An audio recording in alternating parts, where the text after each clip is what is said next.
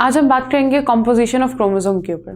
Chromosome basically ना दो चीज़ों से मिलकर बनते हैं, डीएनए और प्रोटीन। डीएनए 40% होता है और प्रोटीन 60% होती है। इसके साथ साथ हमारे क्रोमोसोम के अंदर हमें आरएनए के भी कुछ मॉलिक्यूल्स देखने को मिलते हैं। अब हमें पता है जो ये डीएनए और आरएनए होता है ना, ये बेसिकली हमारे न्यूक्लिक एसिड्स होते हैं और ये न्यूक्लिक एसिड हमारे न्यूक्लियोटाइड से मिलकर बनते हैं। अब ये जो न्यूक्लियोटाइड है इसके अंदर फर्दर 3 सब यूनिट्स होते हैं, phosphate group, pentose sugar, nitrogenous base. अब अगर हम नंबर ऑफ न्यूक्लियोटाइड की बात करें ना कि एक क्रोमोसोम के अंदर कितने न्यूक्लियोटाइड होते हैं, तो ऑलमोस्ट एक क्रोमोसोम के अंदर हमें 140 मिलियन न्यूक्लियोटाइड्स देखने को मिलते हैं। अब इतने ज़्यादा न्यूक्लियोटाइड एक क्रोमोसोम के अंदर किस तरह होते हैं उन पर बात करते हैं। ये जो 140 मिलियन न्यूक्लियोटाइड की हमने बात की है ना, ये ऑलमोस्ट हर क्रोमोसोम के अंदर 5 सेंटीमीटर लेंथ ले रहे होते हैं, यानी कि ये 5 सेंटीमीटर का एरिया लेते हैं जिसमें ये सारे के सारे 140 मिलियन न्यूक्लियोटाइड एक रह रहे होते हैं उस जगह पर। अब ये किस तरह रहते हैं, बेसिकली ना ये अपने आप को इस तरह कॉइल कर लेते हैं कि ये अपने आप को उस जगह पे अकोमोडेट इजीली कर लें।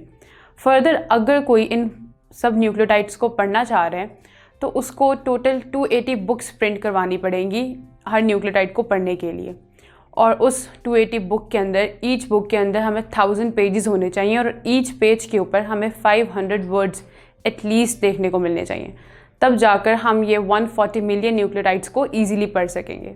फर्दर अगर हम एक क्रोमोसोम को एक इलेक्ट्रॉन माइक्रोस्कोप के नीचे रख के उसको थोड़ा सा पढ़ें तो हम एक यूकैरियोटिक न्यूक्लियस लेंगे, उसमें से हम क्रोमोसोम को निकालेंगे और हम उस क्रोमोसोम को ना फर्दर थोड़ा सा जूम इन करके देखते हैं। अब अगर हम इस क्रोमोसोम को थोड़ा सा जूम इन करके देखें तो हम इसके अंदर ना एक सुपर कॉइल लेयर देख सकते हैं। इस सुपर कॉइल लेयर को अगर हम फर्दर थोड़ा सा और जूम इन करें तो हम देखेंगे इसके अंदर काफ़ी ज़्यादा क्रोमेटिन है। ये जो क्रोमेटिन होते हैं ना, बेसिकली ये थ्रेड लाइक स्ट्रक्चर्स हैं। इन थ्रेड लाइक स्ट्रक्चर में से अगर हम इनमें से एक थ्रेड लाइक स्ट्रक्चर को फर्दर जूम इन करें तो हम देख सकते हैं कि इसके अंदर क्रोमेटिन फाइबर है। अगर हम इस सेंट्रल फाइबर को थोड़ा सा और जूम इन करें तो हम इसके अंदर डीएनए और प्रोटीन देख सकते हैं। प्रोटीन को बेसिकली हम यहाँ सेंट्रल हिस्टोन का नाम भी दे रहे हैं।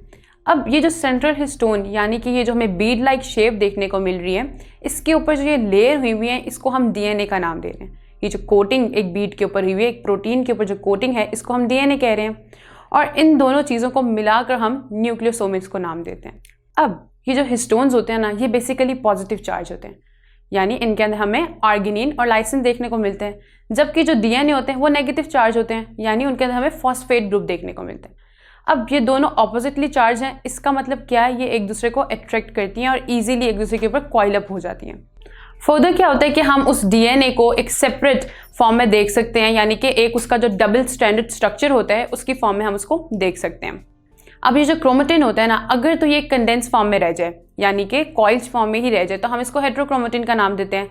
लेकिन इसके अलावा जो क्रोमोसोम के पार्ट्स होते हैं जो रह जाते हैं, रिमेनिंग पार्ट्स क्रोमोसोम के होते हैं, उनको हम यूक्रोमेटिन का नाम देते हैं। जो बेसिकली हम ना ड्यूरिंग सेल डिवीजन ही देख रहे होते हैं कि जो क्रोमोसोम जब सेल डिवीजन में हम देखते हैं कि वो थ्रेड लाइक स्ट्रक्चर में कन्वर्ट हो जाते हैं, तो उस दौरान क्या हो रहा होता है, जो उनका रिमेनिंग पार्ट रह रहा होता है ना, उसको हम यूक्रोमेटिन का नाम देते हैं। सो यहाँ ही हमारा टॉपिक एंड होता है, बाकी हम पढ़ेंगे नेक्स्ट लेक्चर में। अगर ये लेक्चर आप कंप्लीटली देखना चाहते हैं और इसके साथ साथ बेशुमार MCQs, उनके आंसर्स और एक्सप्लेनेशंस भी हासिल करना चाहते हैं, एंड दैट ऑल फ्री, तो अभी गूगल प्ले स्टोर पे जाइए एंड लिखिए हिप्पो ई-लर्निंग प्रोग्राम। हमारी ऐप डाउनलोड कीजिए, ना सिर्फ इसे खुद यूज़ कीजिए बल्कि अपने दोस्त एंड क्लास फेलोज़ को भी रेकमेंड कीजिए।